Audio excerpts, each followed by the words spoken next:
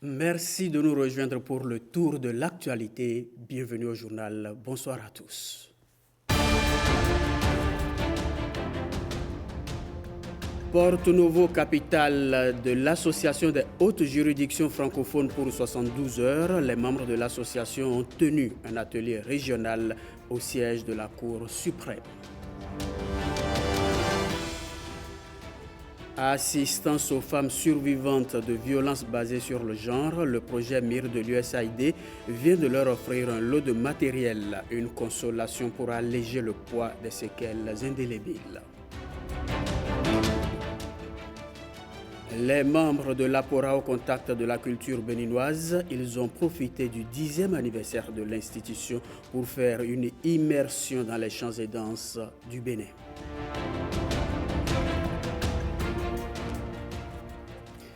Ouvrons ce journal par l'atelier régional de jurisprudence francophone. Il est à sa 2e édition à Porto Novo. L'ouverture des travaux avec Michel Elegbe et Nathalie Doris Olabi. Au regard du succès connu lors de la première édition de l'atelier régional de jurisprudence francophone tenu à la Bibliothèque des avocats de la Cour de cassation de France, l'Association africaine des hautes juridictions francophones et l'Association des hautes juridictions de cassation ayant en partage l'usage du français ont décidé de rééditer l'initiative. Une initiative qui se veut un creuset d'échanges et de partage d'expériences entre les juridictions membres de ces deux réseaux. Nous devons en effet, en raison de la place qu'occupent les cours suprêmes judiciaires dans le dispositif institutionnel de l'espace francophone, entretenir et vivifier le dialogue des hauts magistrats qui rendent dans nos États des décisions insusceptibles de recours. L'enjeu véritable est de faire jouer à nos hautes juridictions le rôle qui est le leur dans l'édification, la consolidation et le règne de l'état de droit dans notre espace géographique. Le contenu et la diffusion de la jurisprudence francophone, l'actualité jurisprudentielle des libertés individuelles et droits fondamentaux, du procès équitable et du traitement judiciaire de la cybercriminalité sont entre autres sujets à aborder au cours de ces assises. Il s'agit là d'autant de sujets d'actualité qui nous conduiront à améliorer tous ensemble notre office de juge et partant à contribuer toujours plus encore au renforcement de l'état de droit, seul à même d'assurer la protection et la sécurité juridique et judiciaire dans nos pays respectifs. Cette rencontre sera aussi une occasion pour chaque cour présente d'évoquer un ou plusieurs grands arrêts dont elle souhaite partager le contenu. Après 2 jours de travaux, cet atelier a connu son épilogue. C'est une fin marquée par la remise de prix pour la promotion du droit. On retrouve une fois encore Michel Elegbe et Nathalie Doris Olabi. Fin des travaux de la 2e édition de l'atelier régional de la jurisprudence francophone. Pour les organisateurs, les objectifs assignés à ces assises ont été atteints grâce à la démarche participative et active adoptée par les participants. Cette rencontre a également permis à Komlanvi Issifou Agbam de présenter à l'assistance sa thèse sur le thème « Le contrat face à l'imprévision dans les pays francophones d'Afrique subsaharienne, essai d'une analyse normative socio-économique ». L'imprévision suppose un changement de circonstances raisonnablement imprévisible au moment de la formation du contrat et qui survient pendant la phase d'exécution avec pour conséquence le bouleversement des prévisions d'au moins une des parties au contrat. Et pour traiter le déséquilibre survenu, les parties sont invitées à renégocier le contrat. À la suite d'une renégociation infructueuse ou non acceptée, la théorie de l'imprévision propose l'intervention d'un tiers dans la relation contractuelle pour adapter au mieux le contrat en rétablissant l'équilibre rompu. Cette thèse, soutenue en décembre 2023 à l'Université de Laval au Canada, lui a valu en juin 2024 le prix de l'Association des hautes juridictions de cassation ayant en partage l'usage du français pour la promotion du droit 2024, prix qu'il a officiellement reçu lors de la clôture de cette deuxième édition de l'atelier régional de la jurisprudence francophone.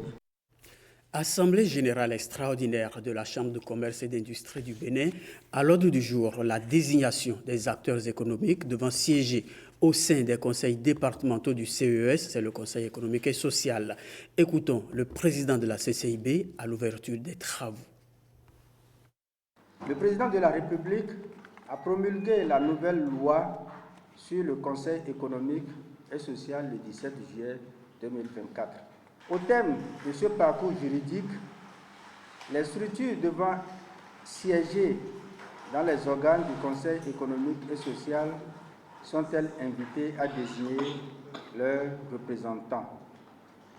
D'où l'importance de cette session extraordinaire au titre des corps de métier devant disposer de représentants désignés dans les organes du Conseil économique et social. Figurent en bonne place ceux du secteur du commerce et de l'industrie. Aussi, devrons-nous procéder au cours de cette session extraordinaire à la désignation de nos représentants dans les conseils départementaux.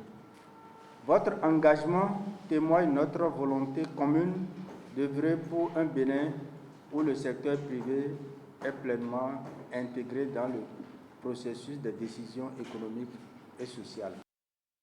C'est parti pour l'allumage des feux précoces de la végétation. La Direction générale des eaux, forêts et chasses en a donné le coup d'envoi aujourd'hui même à Gogounou. L'allumage des feux précoces, je vous le rappelle, intervient en début de saison sèche. Il favorise le développement des jeunes pousses. Quels sont les enjeux des feux précoces? Le capitaine Daniel Laoué en parle au micro de Mathieu Sokenou et de Amadine Anyambossou.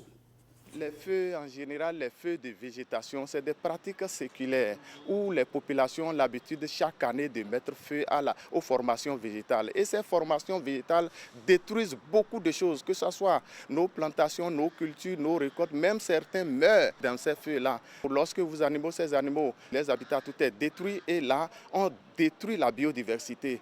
Donc on tend vers une dynamique régressive de la végétation. L'impact est très fort, si bien que, à défaut de ne pas du tout pratiquer les feux, on a adopté les feux précoces. Donc les feux précoces alors sont une solution pour pouvoir conserver la biodiversité et la gestion durable des ressources naturelles. Pour cette année 2024, dans les départements de l'Atakora, de la Donga, du Borgou et de l'Alibori, les feux précoces ont déjà démarré depuis le 1er octobre et vont jusqu'au 15 novembre. En ce qui concerne les autres départements, depuis Zou-Colline jusqu'au Wémé Plateau, l'allumage des feux précoces a commencé depuis le 1er novembre et s'achève au 15 décembre. Une étude récente a été menée par la Direction générale des eaux, forêts et chasses et qui a montré qu'il faut décaler un peu la période d'allumage des feux précoces. Et c'est ça que nous voulons mettre en pratique cette année. J'invite vraiment toute la population, que ce soit du nord au sud, de l'est à l'est, à mouiller le maillot. Commencer d'abord par la sensibilisation surtout de nos chasseurs et surtout tous les pyromanes, tous ceux qui aiment mettre feu à la forêt volontairement. Et pour qu'on puisse réussir cette campagne, s'il y a zéro feu, je serais très très content qu'il y ait zéro feu et que nos ressources naturelles soient bien conservées et durablement bien gérées. Zéro feu, cela rassure. Et cette information aussi pour vous rassurer, pour apaiser quelques-unes de vos inquiétudes récentes, les produits pharmaceutiques vendus au Bénin sont soumis à des contrôles stricts. C'est la réplique du directeur général de l'Agence béninoise du médicament à un internaute. L'internaute déconseillait dans une vidéo récente la consommation des produits pharmaceutiques et d'ailleurs il prônait les tisanes. Yosuno Chabi est interviewé par Christelle Tongodo et Wenceslas Awaimo. La notice, c'est un document de normes, un document obligatoire que tout fabricant de médicaments doit mettre à la disposition du patient.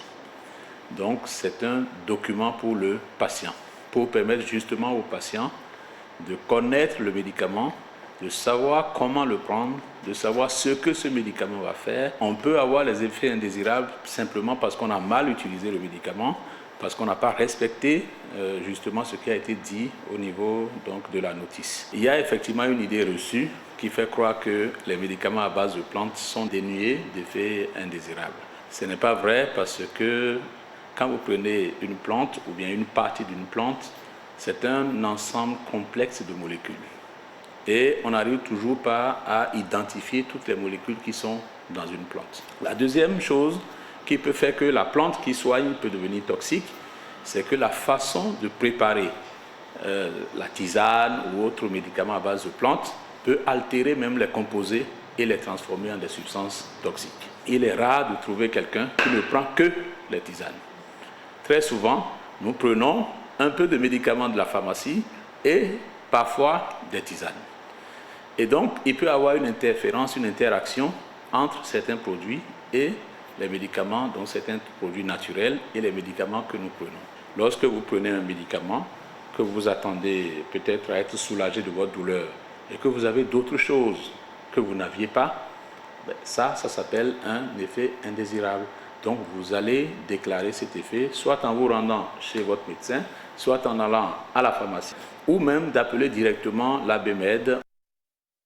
Des femmes survivantes de violences basées sur le genre bénéficient du soutien de l'USAID. C'est à travers le projet MIR. Elles reçoivent des kits composés de matériel et d'ustensiles de cuisine. C'est pour les amener à reprendre leur vie malgré des séquelles parfois indélébiles.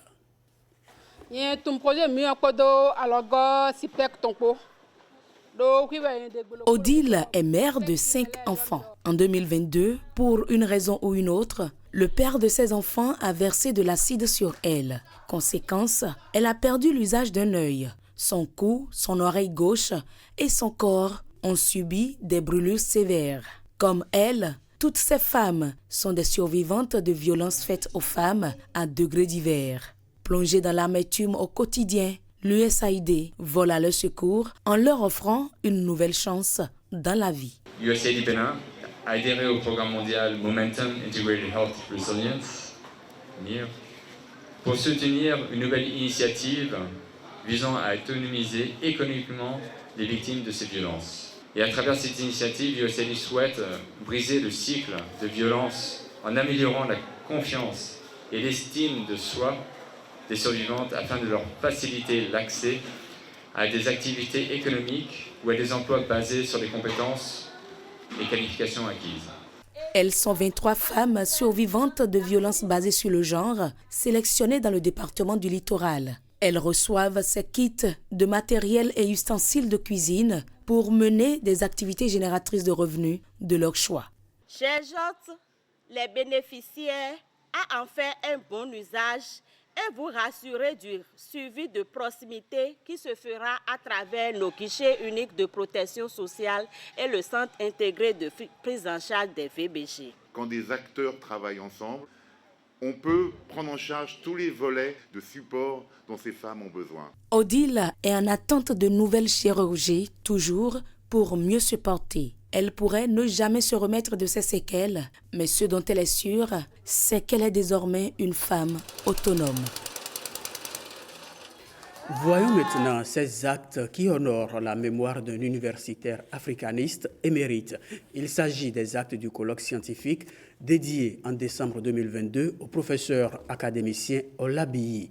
Ils sont contenus dans un ouvrage intitulé « L'abeille et le miel, oralité, identité et diplomatie interculturelle ». Saint-Tiche Quimpon et Igor Ayosso pour Le Point.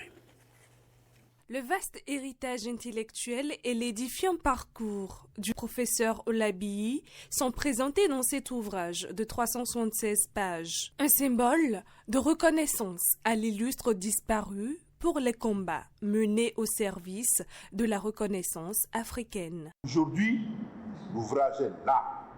Il est à vous, universitaires, parents et amis du professeur. Le CELTO, par ma modeste personne, vous le remet à travers cette cérémonie officielle. afin qu'il soit le symbole de cette reconnaissance que nous devons tous à notre aîné, le professeur Yahi, afin que ces combats, les combats qui ont été les siens, ne s'éteignent point, mais deviennent au contraire la sève vivifiante pour le combat de la renaissance africaine. Célébrer les personnalités de leur vivant ça a un sens, parce qu'il aurait eu la chance de participer, de voir comment est-ce que les gens appréciaient ces œuvres. Cette cérémonie d'hommage a donné lieu à un concert de témoignages de ses anciens étudiants et collègues universitaires. Le professeur Yahi, c'était une sorte de lumière pour les gens de ma génération, ce qui nous a beaucoup inspiré à travers ses qualités d'homme de science, mais aussi les valeurs humaines qu'il nous faisait vivre au quotidien. Et quand vous allez chez le professeur Yahi, vous vous sentez toujours en famille. Pour moi, le professeur Yahi est un immortel. Le feu professeur Olabi Yahi était un grand amoureux des langues et cultures africaines. Il a été rappelé à Dieu le 5 décembre 2020 à l'âge de 80 ans. 10e anniversaire de l'APORA, nous vous en parlons depuis quelques jours. Les membres de cette association internationale ont été invités à découvrir quelques pans de la culture béninoise. C'était hier à la place de l'Amazone. Au menu, musique, danse et même dégustation de quelques mets traditionnels. Christelle Tongodo et Wenceslas Awaimo. Pour célébrer le 10e anniversaire de l'Alliance des partenaires africains pour la réponse aux épidémies APORA, une soirée culturelle haute en couleurs. Plongeant ainsi les membres de l'APORA dans la richesse de la culture béninoise. Danse traditionnelle, musique envoûtante étaient au rendez-vous, offrant un aperçu unique de l'identité du Bénin.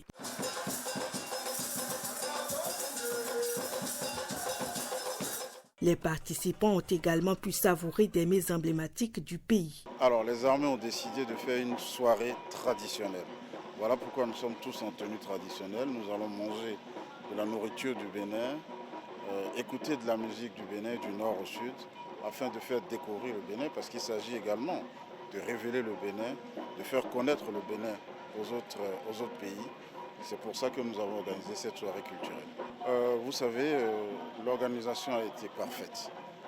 Parfaite dans la démonstration qui a été conduite à Adouko, parfaite dans la manière dont nous avons accueilli nos partenaires, parfaite également dans le savoir-faire que nous avons pu partager avec les frères d'armes des autres pays. Les pays qui sont venus ont des niveaux, des capacités divers. Ce que nous avons fait, c'est-à-dire le Bénin, à travers cette conférence, c'est de travailler avec les autres, partager avec les autres. Nous avons vendu et nous avons reçu. Ce voyage gustatif et culturel a renforcé les liens au sein de l'Alliance tout en rendant hommage à la diversité et aux traditions du Bénin.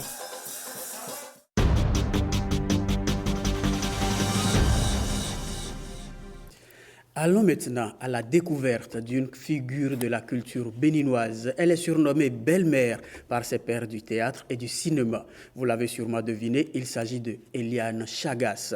C'est une élue que Igor Ayosso et Patrick Djossou sont allés rencontrer. Mon nom c'est Chagas, Marie-Madeleine Eliane. C'est ma grand-mère qui est née le 22 juillet et qui porte le nom de Marie-Madeleine. Et pendant qu'on fêtait son anniversaire, je suis née. Et pour ne pas manquer de respect à la grand-mère, on a donné Eliane. Eliane en acrostiche, on lui accroche ceci. Épatante artiste dès l'âge de 4 ans. Une précoce aptitude. À 4 ans déjà, j'étais sur scène parce que j'ai fait l'école des sœurs. Pendant les fêtes de fin d'année, les maîtresses nous encadraient. Et pour accueillir un prêtre ou une sœur, on crée un spectacle. En tout cas, ça a commencé comme ça. Ceux qui écrivent ce qu'ils n'osent signer ne méritent qu'une épithète. Elle, langoureuse comédienne doyenne du théâtre, avec certitude. C'est pour briser la timidité que je suis allée au théâtre. Lâche, cet individu haineux qui se venge de son voisin en le dénonçant sournoisement à la justice d'un méfait imaginaire. Idéale actrice étoile du cinéma, en toute latitude. Le seul endroit où je jouis vraiment de mon existence sur Terre, c'est sur la scène et sur les plateaux de cinéma. Lâche, celui qui souffle la discorde au sein d'une famille, en jetant le soupçon sur la femme et en colonisant le mari. Admirable dans ses rencontres théâtrales d'habitude. C'est grâce à M. Hippolyte da Silva que j'ai commencé à jouer au CCF. Et je suis rentrée en contact maintenant avec beaucoup d'autres metteurs en scène et d'autres réalisateurs. Il y a Dadélé Antoine, que nous appelons Daraston. C'est Daraston qui nous a orientés vers Tola Koukou. Il y a Ousmane Halidji, Aloubindine. J'ai travaillé avec beaucoup de gens. Et je ne savais pas que ce que je fais allait me permettre de faire le tour du monde. Grâce au théâtre, j'ai pu serrer la main au président Talon quand on est allé lui présenter Kondo le requin. Et puis au président Faure au Togo. Notable cheminement en créant Chasselie Théâtre sans rectitude. Ici, nous sommes à Alada, dans l'arrondissement de Togoudou, non loin du palais royal du roi Korigbe. Ici, il y a les ateliers de formation, il y a les créations. Il y a une convention qui est signée avec l'Institut français qui va commencer bientôt pour qu'on puisse prendre des films là-bas et projeter. Mais le problème que nous avons ici, on n'a pas le courant. On n'a pas l'eau aussi. On fonctionne sur l'énergie solaire, mais l'énergie solaire est limitée. Parfois, ça refuse même de prendre. Euphorique, elle partage la joie, la belle-mère en attitude. Si jamais vous recevez un écrit sans signature ou une lettre frelatée, vite, sans hésiter une seconde, faites de ce papier ce qu'on fait des ordures. Envoyez-le au feu ou au ruisseau. Et liane, c'est une bonne liane dans la forêt dramaturgique.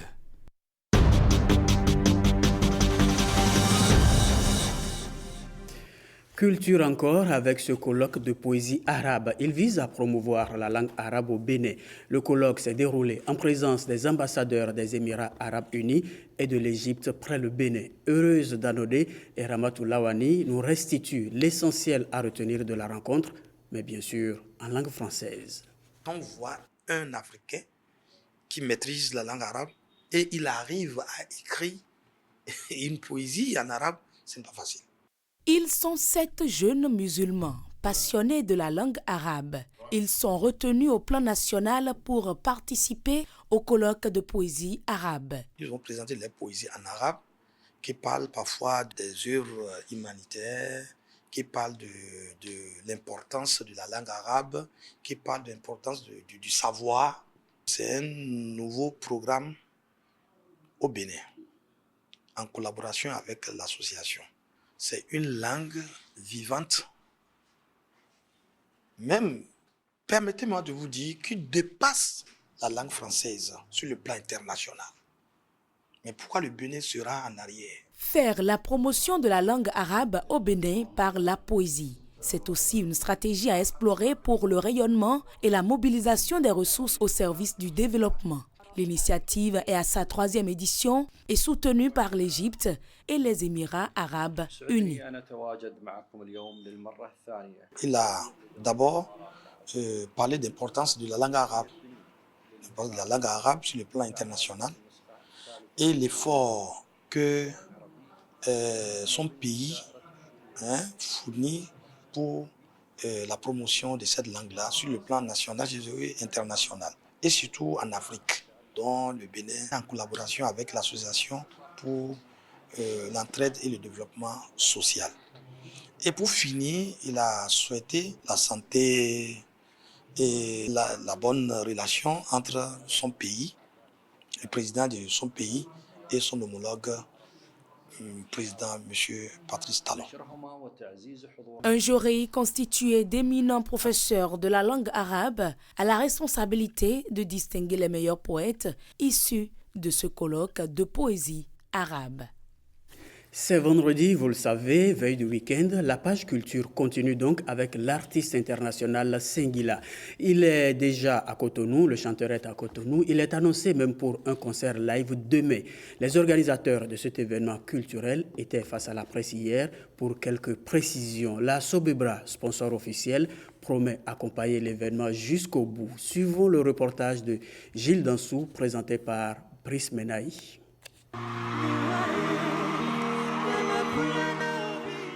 Singila en concert live à Cotonou, l'artiste au parcours exceptionnel célèbre ses 20 ans de carrière. L'annonce est faite au détour d'une rencontre avec la presse. Le groupe Empire en est le principal organisateur. En tant que groupe Empire, notre mission dépasse l'organisation d'événements. À travers nos activités, nous nous efforçons à soutenir et à promouvoir des projets qui portent l'étendard de la créativité africaine. Cet engagement, nous le devons à vous tous, qui soutenez nos initiatives. Et c'est pour cela que nous avons travaillé sans relâche pour que ce concert soit un événement exceptionnel. La Sobebra soutient l'événement à travers la bière Beaufort. Un grand merci et bienvenue à Singila, toute son équipe, égérie bien sûr de la marque Beaufort. C'est avec une immense fierté que nous célébrerons ensemble ce samedi 9 novembre 2024 ton parcours exceptionnel et ton engagement en tant qu'ambassadeur de Beaufort depuis bientôt 3 ans. Et quand l'artiste parle du Bénin, c'est avec fierté. Ardiès qui m'avait ramené ici, Ardiès avec qui j'ai eu la chance de faire une chanson d'ailleurs, et ils m'ont vraiment donné le goût du pays, ils m'ont un peu raconté l'histoire, on a été visiter même les musées, je connais l'histoire du roi Béhanzin. Et donc voilà, j'ai ce truc particulier avec le Bénin. L'artiste béninois Assel Meril aura l'occasion de prester aux côtés de Singila.